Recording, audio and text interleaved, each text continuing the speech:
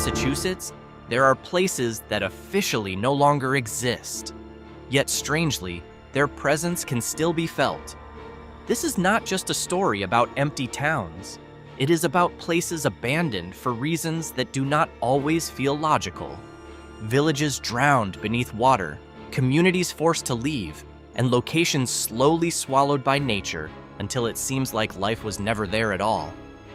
What makes it chilling is that some of these places still feel active, not crowded, but as if something was left behind, something that never truly left. So if you think every town has a clear ending, abandoned, then forgotten, Massachusetts may make you think again.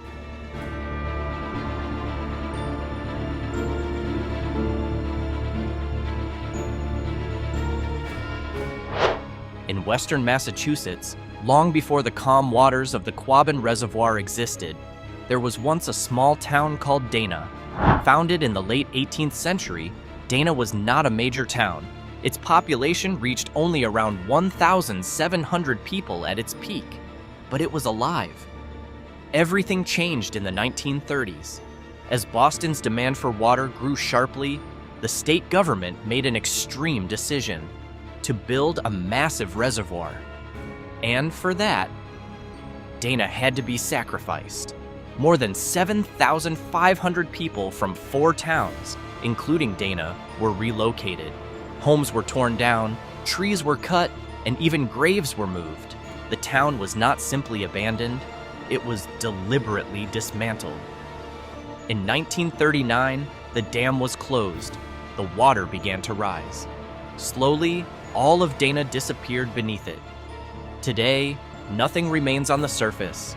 No buildings, no roads, no sign that the town ever existed. Only still water and a history buried underneath.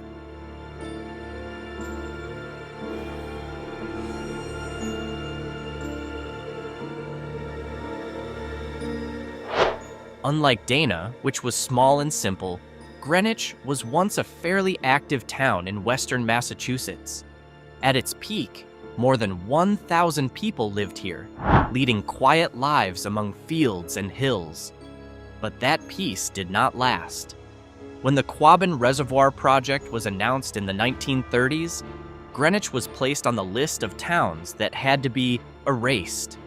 There was no compromise. The entire town had to go. But what made Greenwich different was its scale. The whole town center was torn apart.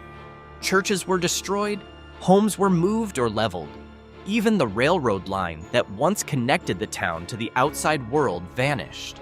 Today, if you stand along the reservoir, all you see is a wide stretch of calm water.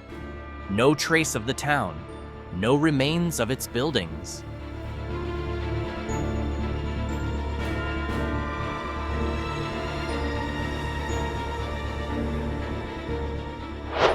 In the hills of western Massachusetts, Prescott once stood as a quiet, small community. It was not as large as Greenwich, not as crowded as other towns, but it was home to hundreds of people. There were fields, churches, village roads, and families who had lived there for generations. Then came the decision. When the Quabbin Reservoir project began in the 1930s, Prescott was added to the list of towns that had to be sacrificed, along with Dana and Greenwich. And, like the others, residents faced a bitter reality. They had to leave. Homes were torn down, buildings were leveled, cemeteries were moved one by one. The entire identity of the town was slowly erased, as if Prescott had never existed.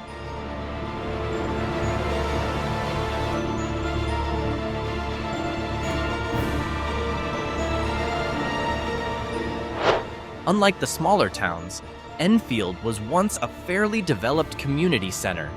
Founded in the 18th century, the town had schools, churches, stores, and even transportation routes connecting it to other parts of Massachusetts.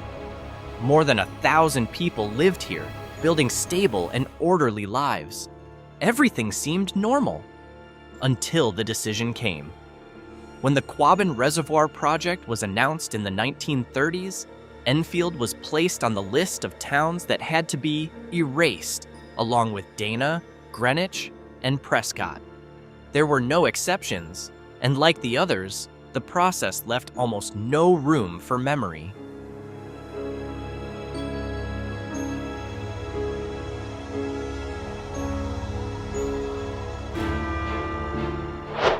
In the early 19th century, Long Point was a small but living fishing village. Around 200 to 300 people lived there, enough to form a simple community with homes, a school, and a church.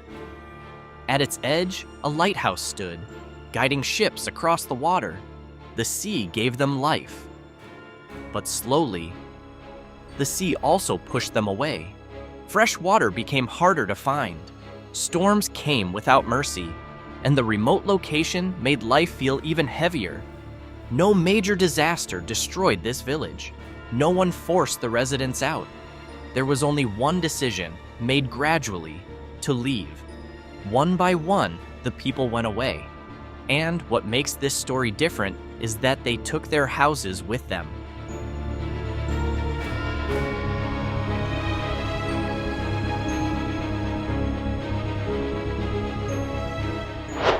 Unlike large towns or coastal fishing villages, Brook Springs was once only a small settlement built around natural springs. The place was known for a time as a retreat, where people came to enjoy the quiet atmosphere, fresh air, and spring water believed to be healthy. For a while, life continued there. It was not crowded, but it was alive enough. But like many small places, Brook Springs depended on one thing: its own appeal. When public interest began to fade, when access to other places became easier, and when economic centers shifted, this place slowly lost its reason to remain. There was no disaster, no mass eviction, only silence arriving slowly and staying.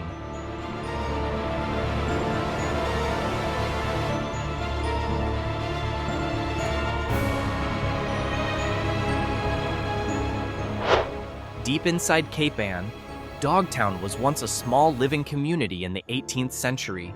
At first, it was considered a safe place, built farther from the coast to avoid attacks during colonial conflicts. Houses stood among the rocks, families lived simply, and daily life moved on as usual.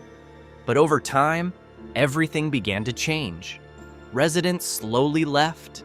Some moved to more developed coastal areas, while others abandoned the place because life there became harder. By the early 1800s, Dogtown was almost empty. Only those with few choices remained, including widows and poor residents living in isolation in the woods. From there, its reputation began to change. Dogtown became known as a strange place.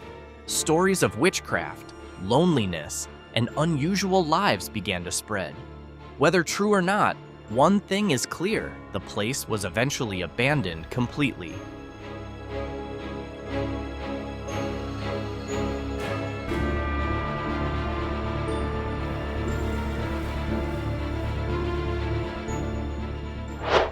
Compared to other places, Nishawag never really stood out. It was not an industrial center, not a fishing village, and not a large town with a dramatic history. It was only a small inland community in Massachusetts, where people lived simple lives far from attention. And because of that, its disappearance feels different. There is no record of one major event that destroyed it. No large project forced it to vanish. Only slow change. The economy shifted, access to other regions became more important, and life in a remote place like Nishawag began to lose its reason to continue. One by one, people left. Homes were abandoned. Roads, once used every day, became quiet. Then, it was forgotten.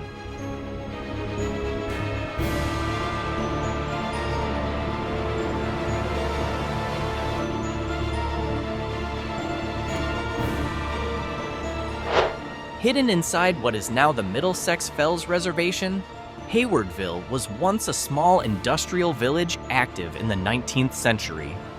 Life here revolved around the mill, especially the paper mill that used the river's current as a power source.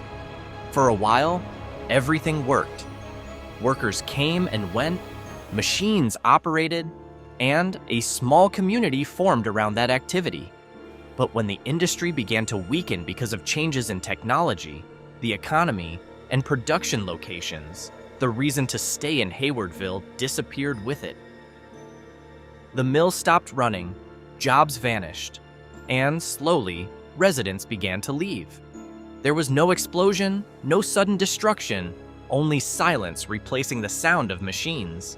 Today, Haywardville no longer looks like a village. Nature has taken over everything.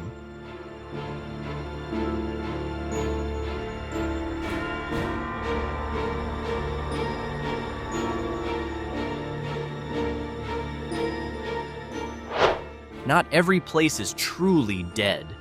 Some still exist on the map, but feel like shadows of the past. One of them is Wheelwright. From the 19th century into the early 1900s, Wheelwright was a living industrial village. Built around a textile mill, it was once home to hundreds of workers.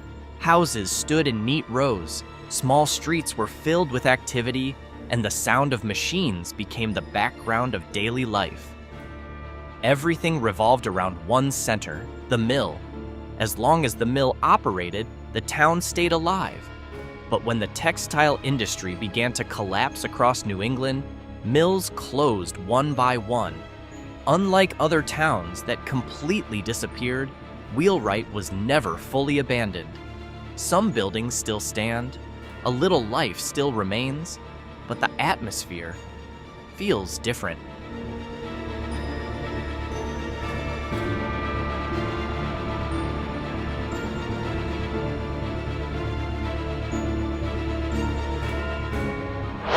This was not always a quiet place.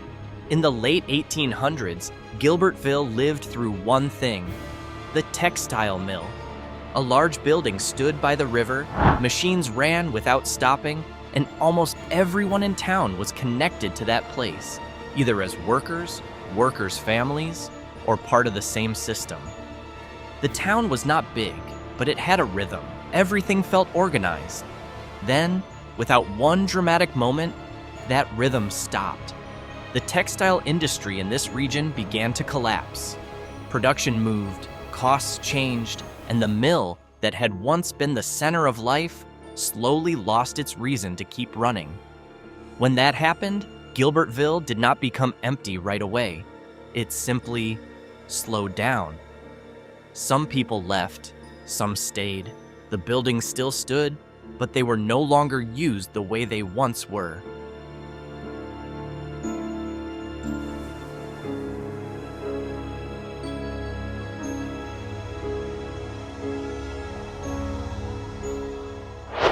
Far inside the Massachusetts woods, the remains of stone buildings are hidden, looking almost like part of a small town.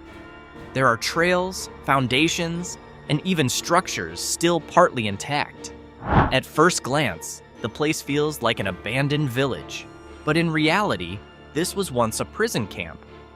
In the early 1900s, the state built this facility to hold prisoners. They were not only locked up, they were also put to work. Many were used as labor for projects around the forest, clearing roads and working the land. For a time, this place was alive. There was activity, routine, and a system in motion. Over time, approaches to the prison system changed. Facilities like this were slowly abandoned. Eventually, Rutland Prison Camp was closed.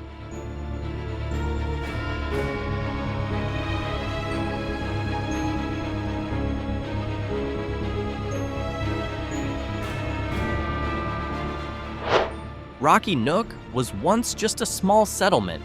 It was not large, and it was not busy, but it was alive enough to be called home.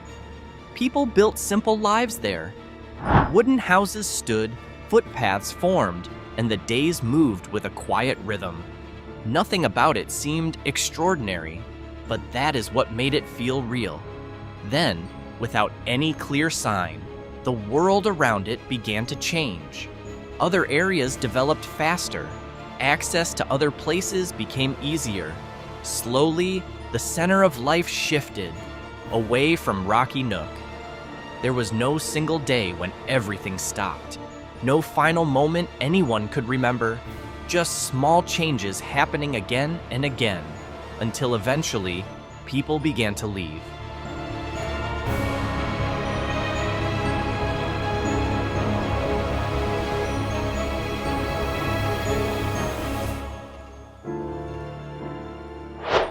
Long before Massachusetts became what it is today, European explorers arrived with one belief. Somewhere in this region, there was a great wealthy city, full of trade and supposedly marked by impressive buildings. They called it Norumbega. Records from the 16th century described it as a prosperous place located along a great river, later often linked to the Charles River. Some even claim to have seen it, or at least heard about it from local people. The story spread, old maps began to mark it, and over time, Norumbega started to feel like a place that truly existed. For centuries, people tried to find it, guess its location, and imagine what it looked like. But even today, Norumbega remains on the edge between reality and legend.